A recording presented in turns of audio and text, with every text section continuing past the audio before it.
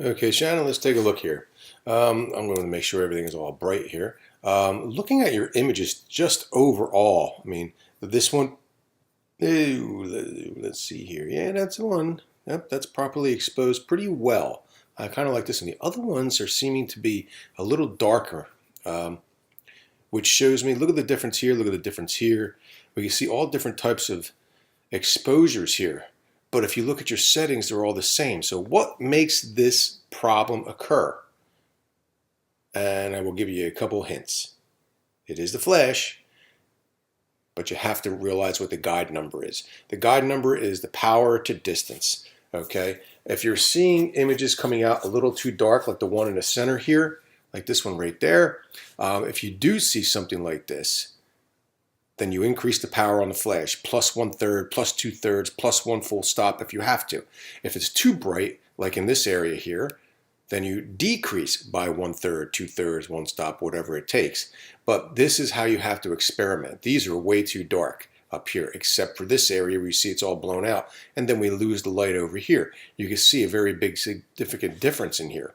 Okay, so these are some of the things that you really want to work on. Work on that flash technique. It's very difficult to understand flash. It takes a long time. I used to teach one class just on flash, and it was 15 weeks. That was just flash 1, flash photography 1. Then we went into 2. Okay, that was another 15 weeks. So I'm just telling you, it's very difficult to learn in 5.5 weeks to use a flash like that. But take a look, like I said, at the late Dean Collins, who was one of the masters of flash. If you ever want to learn flash, you really want to learn about it, and in depth for studio work or whatever, you got to look at Dean Collins. Also, for portraiture and stuff, look at Clarence Sinclair Bull, another great Hollywood photographer, did all those portraits years ago. So there's a couple little tips for you to look at. Let's take a look at the next one here. I'm not going to save this one. So we look here and we have some good images. This, again, I think was your best image. It did need a little bit of work on different areas, but I think it's one of the better images that you have. It shows his face, it's got his work, it's got his hands, it's got everything going on here. I like that shot. I would use that possibly for one of the opening or the closing. There's a lot of different ways you can work on that. The other images work pretty good. I do like this image here. I'm going to show you. Let me see if I can enlarge this. Sorry about that. Right in here, I would have worked on this image. It is dark. I'm just going to select it, and I'm going to go to my image, adjustments, my levels, and we're going to brighten this up. You can see there's nothing here, and that is your highlights. So I am going to move my highlights over, and you see what it did. It just brightened up the entire image, but I don't want to lose too much.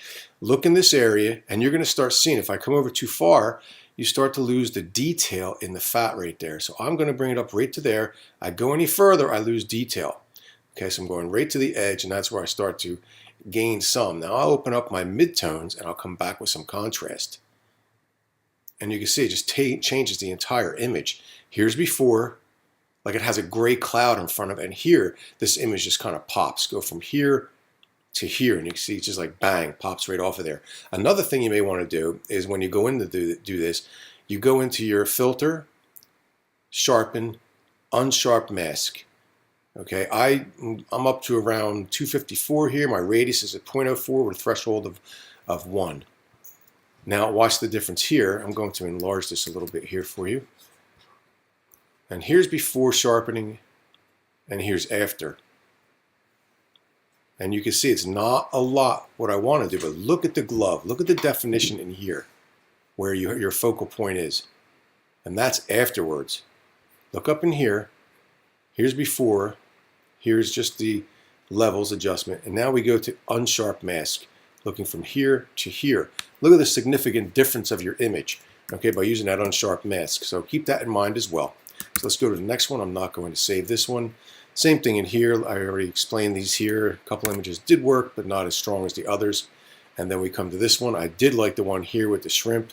I would probably actually use this one. Only because we see that nice long slender shrimp going to that right corner. It works pretty well, but this also works. So these are some good images here to work with.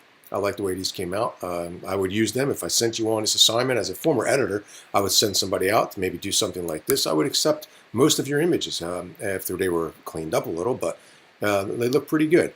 And there's the image we were talking about. But then again, look at your adjustments. I'm going to look at the levels. Okay, I'm going to open this up just a little bit, open up some midtones, and come back with a little contrast. Right in there. But as you can see, we start to lose some of that. So I am going to use my burn tool, and I'm going to get my, there we go, my brush down a little further. And as you see, I'm coming back in this area, just in that area right there. And we're regaining, here's before and here's after. You can see the detail that we've just regained in this whole area, going from here down to here. So we've regained quite a bit in that area. I would also end up cropping this. We don't need all that. I think maybe, I don't really need the whole blade, but that blade could end right about there, and it goes right out the side here in the corner. I also don't need all the hand in there. I'm going to bring that right up to about there. Okay, so there's our image right there. I kind of like that's a lot stronger, and this kind of goes right out. Look at that strong diagonal juxtaposition of the green to the blade over this side here. Kind of works very well for that. Now here's the original image, and then we come down to here. Okay, I would also say do some color correcting, a little bit of yellow in here, but I'm going to let that go, and we'll go on to the next image. I'm not going to save this one. Here's the image I did like. Again, we talked about dodging and burning. This one looks a little fairly better, so I'm kind of liking that image. That's the one I think is one of your strongest. And again, we go to this one, another strong image. I think it works well. This could work either way. You could use a portrait mode like this, leaving that edge here, that little bit of definition coming up here, and I could bring this right up to that edge, and that makes for a definite stronger image than this one up here in the portrait mode.